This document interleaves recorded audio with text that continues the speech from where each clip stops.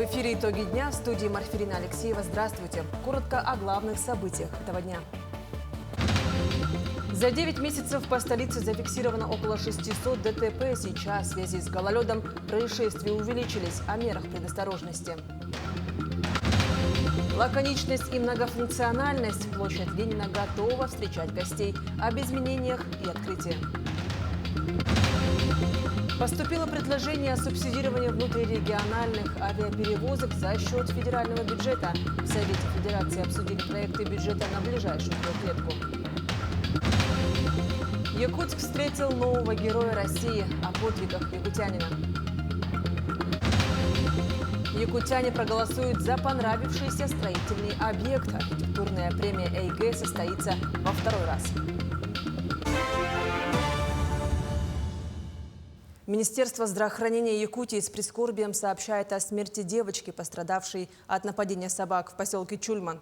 Врачами было сделано все возможное для ее спасения, но, к большому сожалению, из-за тяжести состояния в результате полученных травм, несовместимых с жизнью, девочка скончалась. Министерство выражает глубокие соболезнования родным и близким. Напомню, стая собак в поселке Чульман напала на девочку.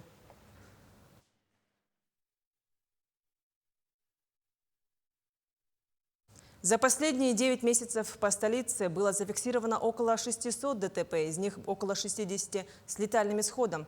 А в связи с похолоданием и наступившей вслед за ним гололедицей количество дорожных происшествий значительно выросло. Подробнее о последствиях гололеда и мерах предосторожности расскажет Тимур Калмогоров. Сотрудники ГИБДД в связи с наступлением сезона гололеда ведут профилактические беседы с водителями. Они напоминают им о необходимости использования зимних покрышек в этот период и рекомендуют корректировать стиль вождения. Водителям, конечно, в первую очередь нужно поменять летнюю резину на зимнюю и, соответственно, уже быть внимательными. И также не стоит забывать скинуть скорость до безопасной, и также держать дистанцию и боковой интервал между транспортными средствами. Так как во время гололеда тормозной путь транспортного средства у нас в разы увеличивается. Также нужно изменить стиль вождения, можно сказать, с летнего режима, нужно переходить уже на зимний вариант, более спокойный, и не стоит делать резких маневров и торможений. Всем известна шутка про день жестянщика. Чтобы не попасть в дорожно-транспортное происшествие, опытные водители заблаговременно переходят на зимний комплект шин. С утра, утром один день, потом я уже переобулся, и дальше уже было хорошо, нормально, чувствую себя. Ну а так, затруднение движения только по утрам. Люди медленно ездят, пробки. Конечно, подготовился, резину переобул. Мы же местные, мы тут живем, мы знаем, что надо переобуваться вовремя. В связи с гололедом значительно увеличился объем работ шиномонтажных мастерских.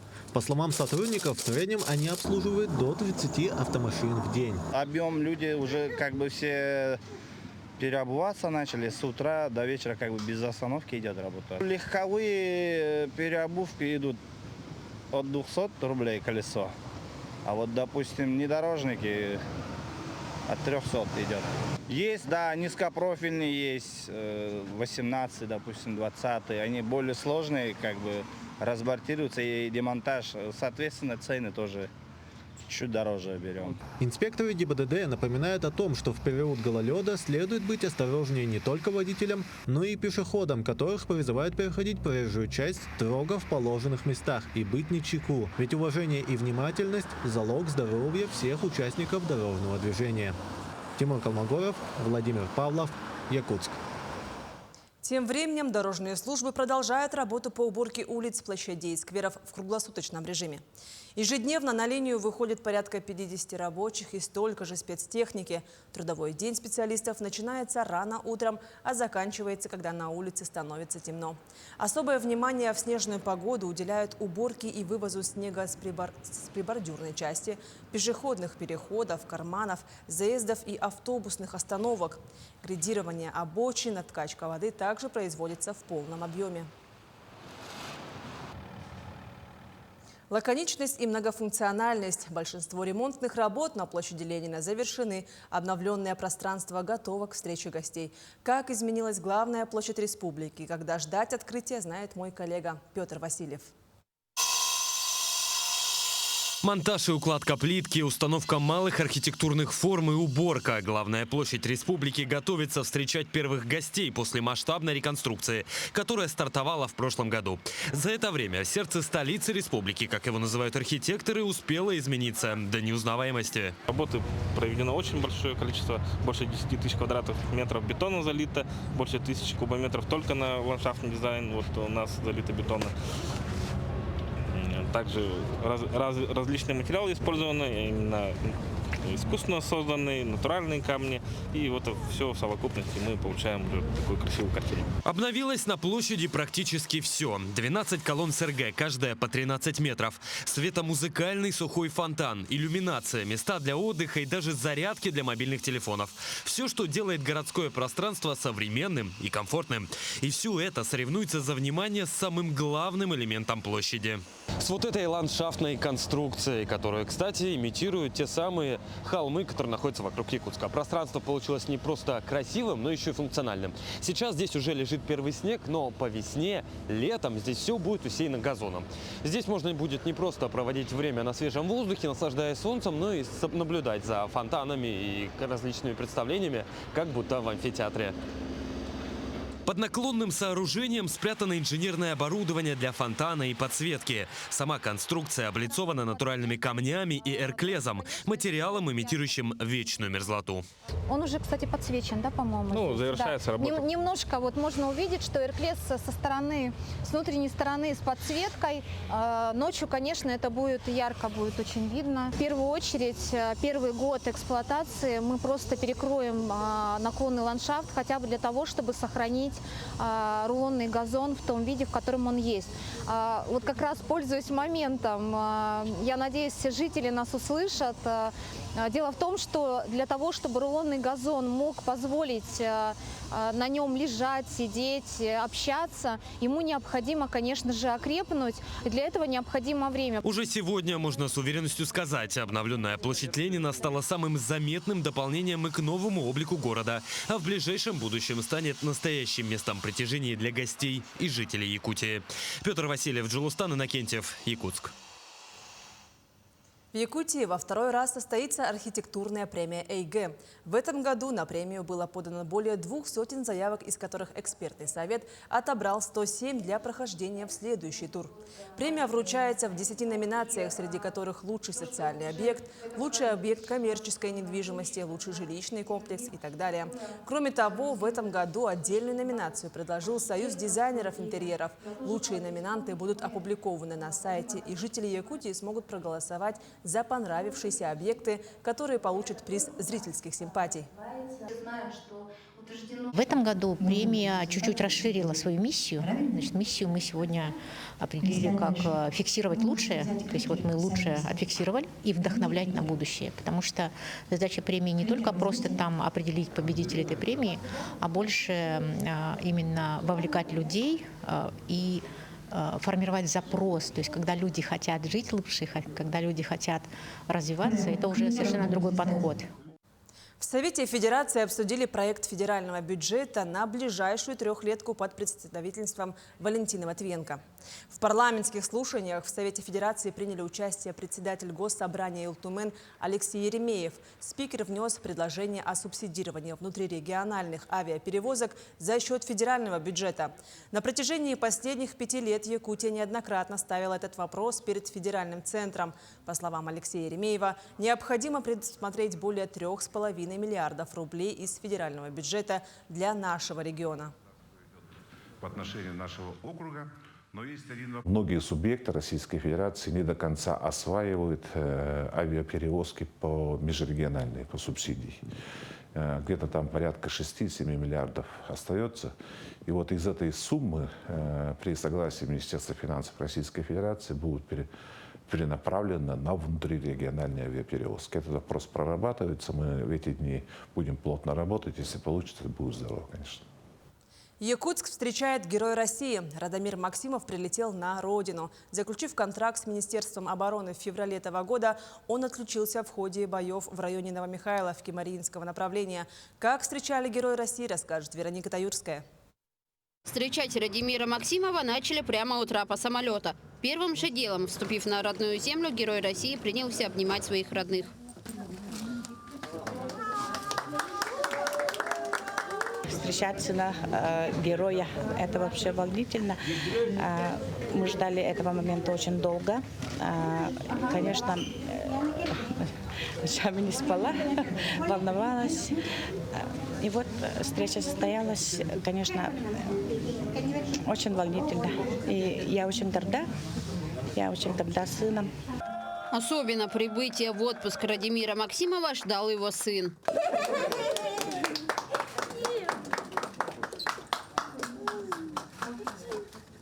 Кроме родных и близких Героя России встречали земляки и община Татинского района, представители правительства Якутии и общественных организаций. Чествование в столице нашей республики в Якутске, в родном Улусе, а также в родном населенном пункте. Ну, конечно, мы гордимся нашими героями, которые стали на защиту нашей Родины. О присуждении звания Героя России Радомир Максимов узнал весной этого года. Получению высшей награды страны предшествовал бой, в ходе которого молодому человеку удалось в течение 2 дней лично уничтожить 27 противников, а также удержать опорный пункт, занятый противником. Я сам подвигом не считаю, потому что там все так воюют. Мой отряд до сих пор выполняет сейчас задачи сложные. Тоже продвижение быстро идет у нас именно вот в Южнодонецком направлении. Радомир Максимов приехал в отпуск на 20 дней. Первым же делом участник спецоперации отправится на малую родину, в Татинский район, где уже начали подготовку к встрече героя. Обширная программа на самом деле есть. У нас полностью расписана, и наслега ждут его в родном селе. Кстати, в эти дни будет 100-летний юбилей, в котором обучался наш герой, который Киевская 100 лет отмечает. Радомир Максимов является одним из 9 якутян, удостоенных звезды Героя России. Боец будет находиться в отпуске 20 дней, после чего вернется в зону проведения специальной военной операции для выполнения боевых задач. Вероника Таюрская, Владимир Павлов, Якутск. Добровольцы из разных регионов страны продолжают приезжать в Курскую область, чтобы помочь пострадавшим жителям региона. Волонтеры в Центре приема и передачи гуманитарной помощи продолжают принимать и распределять товары первой необходимости. Добровольцы Нерюнгринского района тоже не остались в стороне. Подробности в материале далее. Национальный центр помощи пропавшим и пострадавшим детям и МЧС России запустили работу нового пункта выдачи гуманитарной помощи гражданам, вынужденно покинувшим свои дома и прибывшим в Курск из приграничья. Совместно с добровольцами также работают психологи, специалисты социального фонда и службы занятости. Тысячи семей обращаются за помощью. Это и детское питание, и первые вещи, предметы первой необходимости, бытовая химия, детская одежда. Очень нужна помощь людям. И кто это сделает, кроме нас? Мы стараемся помочь каждому. Это не зависит от возраста, пола, национальности. Если человеку нужна помощь, то он всегда может обратиться сюда, к нам, в центр, где получит все консультации и социальную поддержку. Добровольцы Национального центра со всей России приехали в столицу региона на помощь курянам. В команде волонтеры из Красноярского, Хабаровского, Алтайского краев, Республика Хакасия, Коми, Якутия, Удмуртия и Тыва, а также из Омской, Новосибирской и Московской областей. В город Курск я приехал по своему зову сердца, чтобы помогать людям, которые вынужденно переселились в город Курск. Здесь мы помогаем с продуктами, собираем гуманитарную помощь, также раздаем вещи, бытовую химию. В общем, здесь это очень востребовано. А также мы сейчас помогаем организовать еще один гуманитарный центр, который будет самый крупный в городе Курске.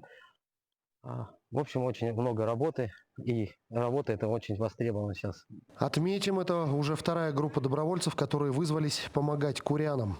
Ранее сюда приехала команда, которая при координации МЧС России оказывает помощь эвакуационно-стабилизационным пунктам. Иван Лазаренко, Захар Головин, Нерюнгри. О самых заметных событиях в Мирнинском районе мы узнаем из традиционного дайджеста. Предлагаю посмотреть. Раз, два, три. Ура! В Мирнинском районе завершился капитальный ремонт одного из участков автодороги Вилюй. Дорожники привели в порядок более 17 километров федеральной трассы у поселка Алмазный. Теперь здесь асфальтобетонное покрытие с 2 полосами движения. Смонтировано 1242 метров искусственного освещения. Новый участок после капремонта – это первый этап большой работы. Впереди отсыпка и выравнивание всей дороги до Мирного, которые в ближайшие годы свяжет асфальтом поселок Алмазный с центром Мирнинского района. В Мирнинском районе мы продолжаем данный вид работы. И в следующем году мы отторговали и контракт заключили также с Мирнинским управлением автомобильных дорог акционерной компании «Алроса». Это 1180-1190 километров. И вот будем дальше заниматься приведением нормативного состояния участков дороги, потому что участок этот очень напряженный, грузонапряженный, скажу, интенсивность высокая, особенно грузовых автомобилей. С Ленска, как с транспортного узла, много грузов заводится, и аэропорт находится в городе Мирном, поэтому дальше вот эту работу мы плавно продолжаем. В Мирном на открытии мясного маркета покупатели устроили столпотворение. Толпа, стоящая из нескольких сотен горожан, начала собираться задолго до открытия торговой точки. Вероятнее всего, причиной невообразимой давки стала информация о том, что в честь открытия в магазине первые 100 покупателей получат подарки. Мы являемся, с КПК Тюмень являемся самым крупным заготовителем местного сельхозсырья. Это жеребятина, оленина, говядина, конина. Мы закупаем, потом перерабатываем, делаем колбасные изделия, полуфабрикаты, мясо, копченые, полукопченые колбасы. И, наконец-то, вот в Мирном столько лет ждали, было очень много проблем, но, наконец-то, мы открыли. И очень радостный для нас день, потому что мы будем продавать исключительно хорошего качества мясные продукции. Мирнинский район уделяет огромное внимание местной системе образования. Местные власти внедряют новые обучающие технологии и строят современные объекты, разработали серьезную систему поддержки педагогов.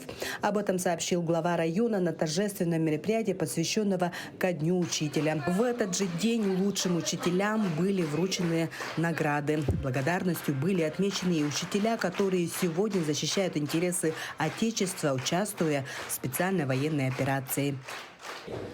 Судьба подрастающего поколения, будущее нашего района, республики, всей нашей страны зависит напрямую от вашего профессионализма и вашей гражданской позиции. В Мирном впервые провели республиканский чемпионат по борьбе на руках, известный с древних времен. Из 40 спортсменов Якутска, Мирнинского, Ленского и Алекминского районов абсолютным чемпионом стал Павел Сивер из Удачного. Соревнования прошли на высоком организационном уровне, квалификационном судействе, запомнились интересными зрелищными поединками. По словам организаторов, такие соревнования в будущем будут проводиться и в других районах республики. Мирнинский район является для нашей федерации особенным районом, потому что с этого района вышло очень много чемпионов, много армрестлеров занимается в местных залах. Поэтому в этом году мы решили приехать сами и провести чемпионат Республики Саха-Якутия по армрестлингу. Как и в прошлом году, мы привезли призовой фонд на 250 тысяч рублей и, получается, вот, федеральную атрибутику, чтобы спортсмены Мирнинского района могли участвовать на всероссийских и на мировых чемпионатах. В Мирнинской детской школе искусств более чем за полвека обучили почти 2000 ребят. В этом году исполняется полувековой юбилей отделения изобразительных искусств и 62-я годовщина музыкального отделения. У наших ребят очень много достижений. Мы постоянно участвуем во всевозможных конкурсах, как в онлайн, так и в очном формате. Этим летом наша девочка принимала участие в Московском международном детском форуме. как лучшие ученики. У нас был отбор в Якутске. И вот уже второй раз наши учащиеся проходят и участвуют в этом очень, я считаю, масштабном мероприятии. И вот в таком в творческом насыщенном цейтноте они проводят эти дни, после которых полны впечатлений, рады, что они приобщились к такому масштабному мероприятию. Детская школа искусств Мирнинского района – одна из самых больших школ в республике. Сегодня здесь обучаются более 800 учащихся по художественному и музыкальному направлениям. Сегодня в школе есть все благоприятные условия для качественного учебного процесса и развития творческого потенциала воспитанников. В Ленске после реставрации открыли часовню-памятник в честь Божьей Матери Неопалимая Купина. Эта часовня была построена в память о пожарных спасателях, погибших при исполнении служебного долга. Она является украшением и достопримечательностью города. На торжественном открытии присутствовали глава района и руководство городской администрации, которые поздравили ленских спасателей с профессиональным праздником, поблагодарили их и всех причастных к реставрации за проделанную работу. С помощью руководства района, руководителя добровольного пожарного объединения, профессиональных строителей и наших собственных сил при благословении отца Анатолия мы успешно выполнили все работы. Отмечу, что традиционно такие объекты являются украшением и достопримечательностью российских городов и для нашего города в частности. Всем огромное спасибо и низкий поклон.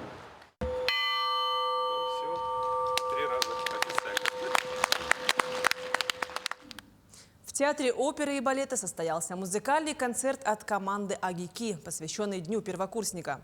В мероприятии приняли участие более 60 студентов, которые представили зрителям свои творческие выступления.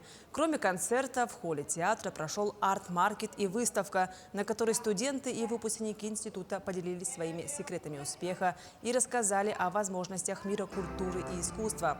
Так, концерт-подарок от студентов стал не только музыкальным праздником, но и платформой для общения, обмена опытом и развития культурной жизни города. Это первокурсники 24-го года набора, которые ознаменуют новый определенный этап в жизни нашего института. Это студенты из разных регионов, из разных районов нашей республики, которые выбрали своей профессией те профессии, которые связаны с культурой и искусством, креативными индустриями.